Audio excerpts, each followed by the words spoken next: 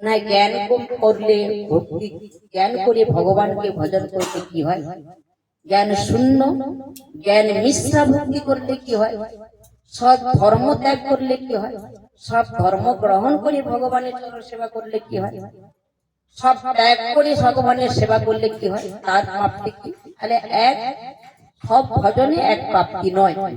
তাহলে কি, যেমন ভজন তেমন প্রাপ্তি। তাই সেই অর্জুনকে উপলক্ষ করে আপামর জগৎজীবকে তিনি এই জ্ঞান দিয়ে গেলেন। তাহলে আমরা জানি যে অর্জুনকে জ্ঞান দিয়েছিলেন। কেন দিয়েছিলেন? না কুরুক্ষেত্রের যুদ্ধ। কুরুক্ষেত্রের যুদ্ধ আমরা সবাই বলি ভাই ভাই যুদ্ধ, সম্পত্তি নিয়ে যুদ্ধ না। ভগবান বললেন এখানে সম্পত্তির যুদ্ধ নয়, ভাই ভাই যুদ্ধ নয়, ধর্মের সঙ্গে অধর্মের যুদ্ধ।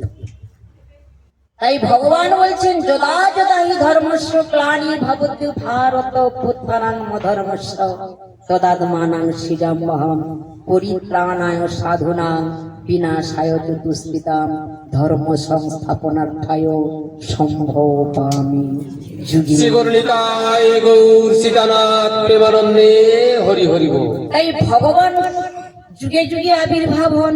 কোথায় আবির্ভাব হন বাবা? অনেক দেশ আছে ভারতের মধ্যে, এমন অনেক দেশ মহাদেশ আছে কোথাও আবির্ভাব হয় না। হয় কোথায়? না ভারতবর্ষে। তাই বললেন পূর্ণ ক্ষেত্র ভারত ভূমি। এই ভারত ভূমি এত পূর্ণ, তাই তিনি যুগে যুগে সত্যযুগ থেকে শুরু করে এই অধুনা কলিযুগ পর্যন্ত যতবার তিনি এসেছেন, 10 অবতার হয়েছেন। আবার কোন শাস্ত্র বললেন 24 অবতার। সব অবতারই কিন্তু এই ভারতবর্ষে করেছেন। তিনি অবতার অবতার হয়েছেন। তারপরে কি করেন? অবতারের তরি। সব অবতারের সার শিরোমণি আমার গৌর গুণমণি। তাই বললেন অবতারের সার গোরা অবতার, কেন না ভজিলি করিনি রে বাস, গেল না পিয়াস আপন কর্ম ফেরে। তাহলে এখানেই আবার সেই কর্মটা আসছে যে আমরা কর্ম ফেরে গতা গতিতে ভগবানের চরণ থেকে অনেকটা দূরে দাঁড়িয়ে। তাই অবতারের তরি তিনিও এলেন এই ভারতভূমিতে। ভারতভূমিতে জন্মগ্রহণ করে তিনি আবির্ভাব হয়ে কি করলেন? না সত্যি যুগে যে ছিল, ত্রেতায় যা ছিল, তারপরে যা ছিল, অধুনা কলির মানুষ তা পারবে না। আজকে এই গীতা যে উদ্দেশ্য করে যে অনুষ্ঠান হচ্ছে বাবা, এটি ভালো। এটি হলো বহিরঙ্গ, জ্ঞানের প্রকাশ, ভক্তির প্রকাশ নহে। এই সকল জগতে মনে করে বিধি ভক্তি মানে জ্ঞানের ভক্তি, বিধি ভক্তি মানে জ্ঞানের ভক্তি, আর বিধি ভক্তি না পাইতে নারী ব্রজের ভাব ভক্তি।